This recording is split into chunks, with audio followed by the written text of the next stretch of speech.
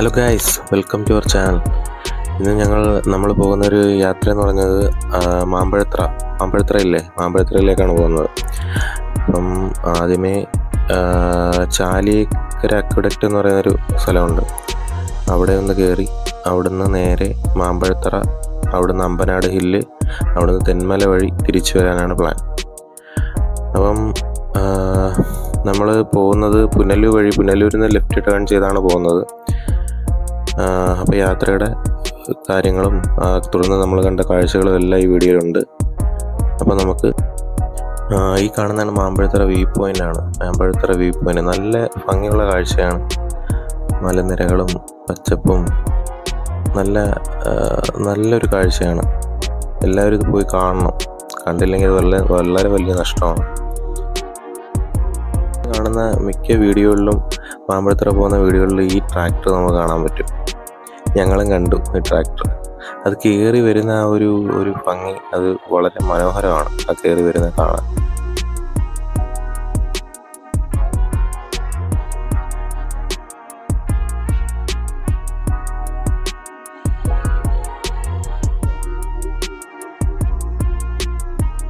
ഓരോ ഹൈറ്റിലോട്ട് നമ്മൾ കയറും തോറും ആ കാണുന്ന വ്യൂവിൻ്റെ ഭംഗി അത് കൂടി വരുന്നതായിട്ട് കാണാൻ പറ്റുന്നുണ്ട്. അതായത് ആൾട്ടിറ്റ്യൂഡ് കൂടുന്തോറും മോഹൻലാൽ പറഞ്ഞ പോലെ തേയിലയുടെ ചായയുടെ ടേസ്റ്റ് കൂടുന്നു പറയുന്ന കണക്ക് തന്നെ ആ ഹൈറ്റ് കൂടുന്തോറും നമ്മളെ ഭംഗി, നമുക്ക് കാണാൻ പറ്റുന്ന ആ ഒരു മനോഹാരിത അത് കൂടി. ഒരു വൺ ഡേ ട്രിപ്പാണ് നിങ്ങൾ ഉദ്ദേശിക്കുന്നതെങ്കിൽ ഇതൊരു നല്ലൊരു ഇതാണ്, പോകാൻ പറ്റുന്ന ഒരു സ്ഥലമാണ്. അതായത് നമുക്ക് പോകാൻ പറ്റിയ പുനലൂർ തൂക്കുപാലം കാണാം. അവിടുന്ന് നേരെ മാമ്പഴത്തറ വ്യൂ പോയിൻ്റ്, അവിടുന്ന് അമ്പനാട് ഹില്ല്, പിന്നെ തെന്മല വഴി തിരിച്ചു വരാം. ഞങ്ങൾ ഒരുപാട് നേരത്തെ പോകണമെന്ന് വിചാരിച്ച് നടന്നില്ല. ഏകദേശം ഒരു 10 മണിയൊക്കെ കഴിഞ്ഞപ്പോഴാണ് നമ്മൾ ഇറങ്ങിയത്. അപ്പോൾ ഒരു 5 മണി റേഞ്ചിൽ തിരിച്ച് വീട്ടിലും എത്തി. പക്ഷേ ഞാൻ സജസ്റ്റ് ചെയ്യുന്നത് കുറച്ച് നേരത്തെ ഇറങ്ങിക്കഴിഞ്ഞാൽ നമുക്ക് ആ മഞ്ഞിൻ്റെ ഇതും കുറച്ചും കൂടെ നല്ലൊരു കാഴ്ച നമുക്ക് കാണാൻ പറ്റും. കോട ഇറങ്ങുന്നതും എല്ലാം കാണാൻ പറ്റും. പക്ഷെ നമ്മൾ ചെന്നപ്പോൾ വെയിലായതുകൊണ്ട് അതൊന്നും ഇല്ലായിരുന്നു. എന്നാലും വർത്താണ് ഈ യാത്ര. പോകുന്ന വഴി എന്ന് പറയുന്നത് അധികം ആൾതാമസമൊന്നും ഇല്ലാത്ത സ്ഥലമാണ്. പോകുന്ന വഴി നമുക്ക് ധാരാളം കൈതച്ചക്ക, പൈനാപ്പിൾ കൃഷി ഒരുപാട് നമുക്ക് കാണാൻ പറ്റും. കൂടുതലും പൈനാപ്പിളും തേയിലയും ഒക്കെ തന്നെയാണ് കൃഷി. പോകുന്ന വഴി പിന്നെ എല്ലാ വീഡിയോകളിലും നമ്മൾ കാണുന്ന കണക്ക് ഈ മൃഗങ്ങൾ റോഡ് ക്രോസ് ചെയ്യുന്ന സ്ഥലമാണ്. അപ്പം ആനപ്പിണ്ടമൊക്കെ നമുക്ക് റോഡിൽ തന്നെ കാണാൻ പറ്റും. നമ്മൾ പോകുന്ന വഴിയും കണ്ടു. അതും ഫ്രഷാണ്, പെട്ടെന്ന് പോയ കണക്കുള്ളതാണ് കണ്ടത്. പിന്നെ അതേപോലെ തന്നെ ഇവിടെയൊക്കെ ഞാൻ കണ്ട ഒരു കാഴ്ച എനിക്ക് തോന്നുന്നത്, അവിടെയൊന്നും പശുക്കളെയും ആടിനെയും ഇതിനെയൊന്നും കെട്ടാറില്ല. അവരിങ്ങനെ അങ്ങ് തുറന്നു വിട്ടേക്കാണ്. അതൊക്കെ ഇങ്ങനെ മേഞ്ഞിങ്ങനെ നടക്കും.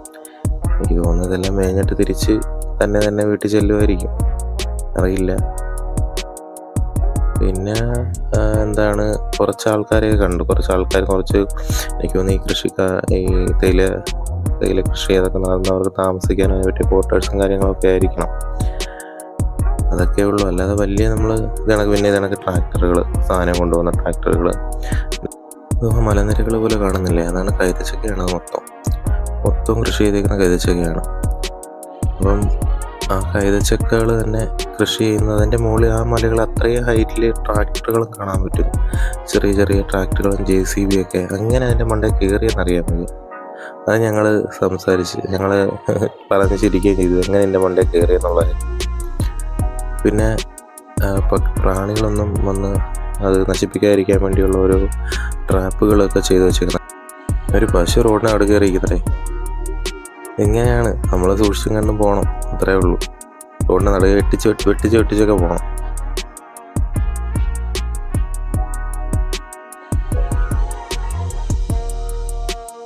ഇത് നല്ല ഭംഗിയുള്ളൊരു അമ്പലമാണ്. ഇത് പണ്ട് നമ്മൾ തമിഴ്നാട്ടിലൊക്കെ പോകുമ്പോൾ കാണുന്നതാണ്. ചെറിയ കോവിലുകൾ പോലെ നല്ല ഭംഗിയുള്ളൊരു അമ്പലമായിരുന്നത്. ഇവിടം വരെ വന്നപ്പോൾ സത്യം പറഞ്ഞാൽ ഞങ്ങൾക്കൊരു വഴിയൊന്ന് തെറ്റിപ്പോയി ചെറുതായിട്ട്. അമ്മൂമ്മയാണ് പറഞ്ഞത് മേലോട്ട് കയറിപ്പോയാൽ മതി. ഹൈറ്റ് ഇങ്ങനെ കൂടി വരുന്നതോറും ബോർഡുകളൊക്കെ കാണുന്നുണ്ട്. ആന ക്രോസ് ചെയ്യുന്ന സ്ഥലമാണെന്നും ഞാനൊക്കെ എഴുതി വെച്ചിട്ടുണ്ട് ഇവിടെ.